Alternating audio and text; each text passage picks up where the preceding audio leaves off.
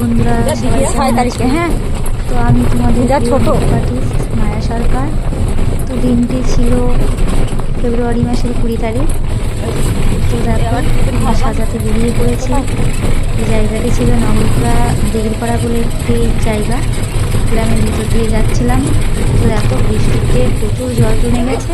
তো আমরা যেতে যেতে সেইগুলোই ভিডিও করছিলাম আর বলছিলাম যে দেখতে সুন্দর লাগছে, ওয়েদারটাও খুব ভালো ছিল। তো আমরা দুজনে বেরিয়ে পড়েছিলাম জয়শ্রী।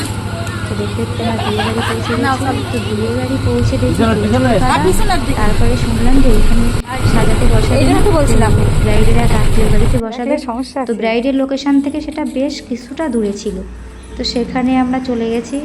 টোটোওয়ালা আমাদের ওখানেই নামিয়ে দিয়েছে। ওখান থেকে আমরা হাঁটতে হাঁটতে ব্রাইডের যেখানে সাজাবো সেই বাড়িতেই পৌঁছে গেছি।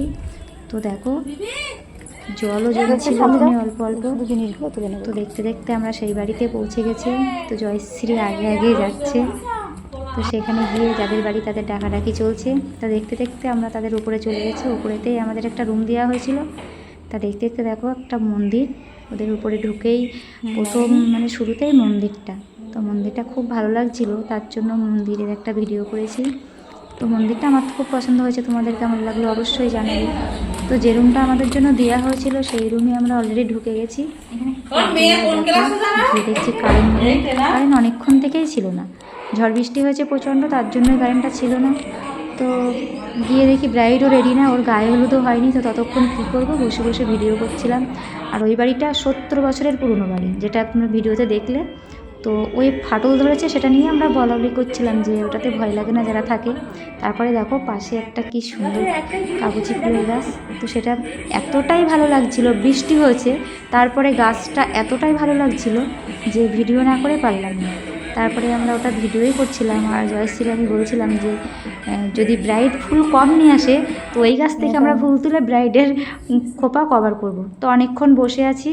তো তার ফাঁকে ওই বাড়ির দিদিটা আমাদেরকে একটু চা দিয়ে গেল। তো চা খাচ্ছিলাম। তারপরে ব্রাইডকে বলেছিলাম ফোন করে যে তুমি ফুল নিয়ে আসো, ফুলগুলো পাঠিয়ে দাও, শাড়িটা পাঠিয়ে দাও। তো শাড়ি ফুল পাঠিয়ে দিয়েছে। তো দেখো এই বানটা খুব ট্রেন্ডিং বান, আগেই চলছিল এটা বেশ কিছুদিন আগে। তো সেই বানটা আমরা করে নিয়েছি ফুলগুলো ছাড়িয়ে। আর এত রাগ হচ্ছিল, ব্রাইড লেট করেছে এতটাই, প্রায় 1.5 ঘন্টা লেট করেছে। মানে 1.5 ঘন্টা আগে এসে পৌঁছানোর কথা, সেখানে 1.5 ঘন্টা লেটে এসে পৌঁছেছে। তো ততক্ষণে কী করবো, আমরা আমার জিনিসগুলো সব রেডি করছিলাম। আর পুরো মেকআপটি আমি করেছি ফোনের ফ্ল্যাশ জ্বালিয়ে, মানে একদমই কারেন্ট আসেনি, একবারও কারেন্ট আসেনি। পুরো অন্ধকারের মধ্যে ফোন জ্বালিয়ে জ্বালিয়ে আমরা পুরো মেকআপটা কমপ্লিট করেছি। মানে কী যে অস্বস্তি লাগছিল কি বলবো। আর সবার উদ্দেশ্যে একটা কথাই বলবো, তোমরা যে বুক করবে তোমাদের বাড়ির আশেপাশে কোথাও একটা লোকেশন রাখবে যেখানে বসে আমি সাজাতে পারবো। এতটা দূরত্ব রাখলে তোমাদের জেনারেটরের কোনো লাইনের ব্যবস্থা থাকে না। এবার সেখানে বসে আমি কী করে সাজাবো, খুব কষ্ট হয়েছিল সাজাতে আমার। মানে ব্রাইডেরও তো খুব কষ্ট হচ্ছে, ওদেরও মন খারাপ করছে। কিন্তু বৃষ্টির কারণে এটা হয়েছে আমি বুঝতে পারছি। যেহেতু এত বৃষ্টি হয়েছে, ব্রাইডের বাড়িতে প্রচুর কাদা জমেছে, তার জন্য আশেপাশে কোনো ব্যবস্থা করতে পারিনি। তো এতটা দূরে লোকেশান ছিল যে মানে কারেন্টের না থাকার কারণে খুব সমস্যা হচ্ছিল। তো আস্তে আস্তে দেখো মেকআপ পুরো কমপ্লিটই করে ফেলেছি। তো লাস্টে লিপস্টিকটা পরাচ্ছিলাম। তা লিপস্টিক পরাতে গিয়ে বারবার বলছি ফোনটা এভাবে জেলে রাখো বা ওভাবে জেলে রাখো, মানে যেদিকে জ্বালছে যেন আমার ছায়া পড়ছে, খুব অসুবিধা হচ্ছিল। তো দেখো আস্তে আস্তে লিপস্টিকটা পরিয়ে নিচ্ছি। মেকআপটা বেশ কমপ্লিট করেছি, অসুবিধা খুব একটা হয়নি, কিন্তু লিপস্টিক পরানোর সময় খুব একটি সমস্যা হচ্ছে। তারপরে ব্রাইডের মুখে তোমরা শুনে নাও ওর কেমন লাগলো আমার কাছে সেজে। তো দেখতে দেখতে সাজিয়েও ফেলেছি, কষ্ট তো হচ্ছিল। তারপরে একটা সমস্যা হচ্ছিল যে কষ্ট করে সাজিয়েছি ঠিক আছে, কিন্তু এতটা আক্ষেপ লাগছিল কারেন্ট যদি না আসে আমি ফটোটা তুলবো কি করে।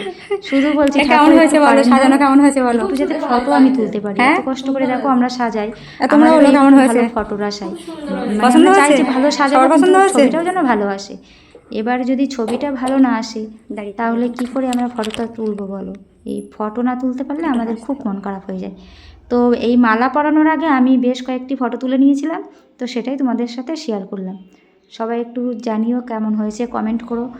আর যারা বুক করবে আমাকে একটু ডেটের অনেক আগেই করো, কারণ মুখোমুখি ডেট পড়লে না বুকিং নিতে সমস্যা হয়। তার জন্যই বলছি অনেক আগেই বুক করবে। তো আজকের জন্য টাটা, বাই বাই।